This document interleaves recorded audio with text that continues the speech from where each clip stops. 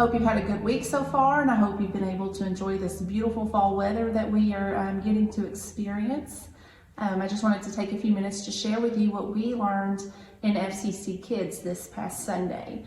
So we talked about the Good Shepherd, which is found in the Gospel of John in chapter 10. So I'm going to read a few verses to you. This comes from John 10, verses 1 through 6. Truly I tell you, anyone who doesn't enter the sheep pen by the gate, but climbs in some other way, is a thief and a robber. The one who enters by the gate is the shepherd of the sheep. The gatekeeper opens it for him, and the sheep hear his voice. He calls his own sheep by name and leads them out. When he has brought all of his own outside, he goes ahead of them. The sheep follow him because they know his voice. They will never follow a stranger. Instead, they will run away from him because they don't know the voice of strangers. Jesus gave them this figure of speech, but they did not understand what he was telling them. So one of the first things to kind of understand is that the job of a shepherd was a very common job. It was a much needed task in this time frame that Jesus is in. He's talking to people who understand the job of shepherding. If they're not shepherds themselves, they probably know someone who is. So there were even some key people in the Old Testament who were shepherds. There was Jacob and Moses, and before he was the king of Israel, there was David. And he even wrote a psalm, the Lord is my shepherd, Psalm 23. So the idea of a shepherd resonates with the people that Jesus is addressing. And this teaching that Jesus is presenting to the people, it's important, for several different reasons. It helps us to understand that, some people aren't here to protect God's people. There are people that are here to enter the pen through a way other than the gate. Those people cause harm and they bring death and destruction.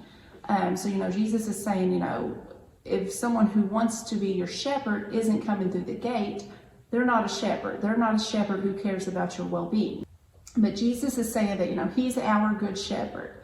His flock recognizes his voice. He's saying that, I'm here to protect you and to guide you. And he's saying that, I'm here and I'm going to lay down my life for you. I'm not here to come in through another way. I'm here to come through the gate. You're going to recognize my voice. I know you. You're my flock.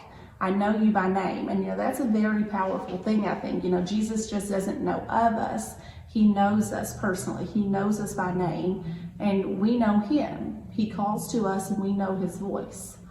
And he says, I'm here for you. I'm going to lay down my life for you. And, any good shepherd is going to not only provide protection for his sheep, but he's also going to fight. He's going to fight the bears or what other wild animal there is out there.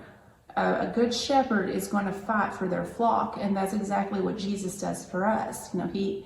He came to earth and he lived a life and he died on the cross. He's there to lay down his life for his flock. We can trust Jesus is the Son of God, and we can trust that we can be a part of his flock.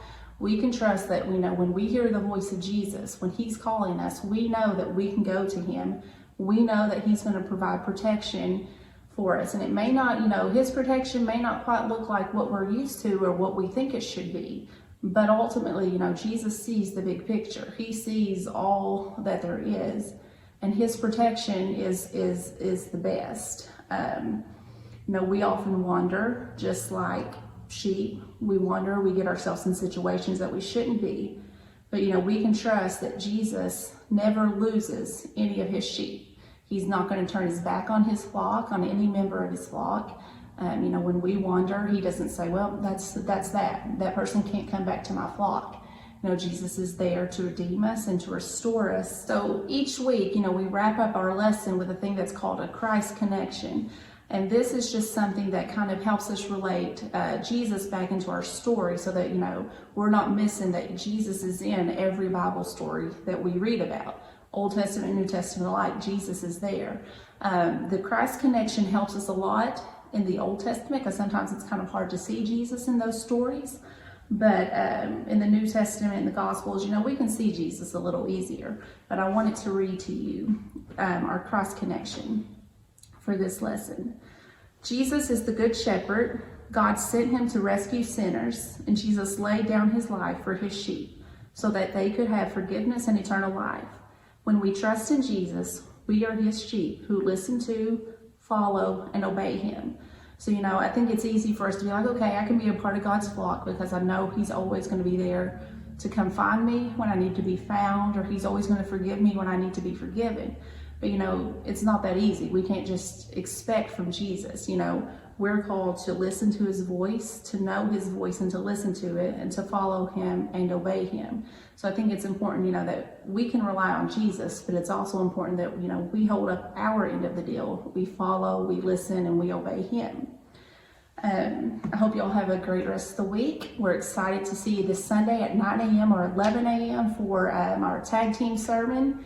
And if you're starting school back, families or staff, we're praying for you. I know things are different, and I know things maybe seem like they're up in the air right now, but we're praying for you, and we hope you have a great start back to school in person. See you Sunday.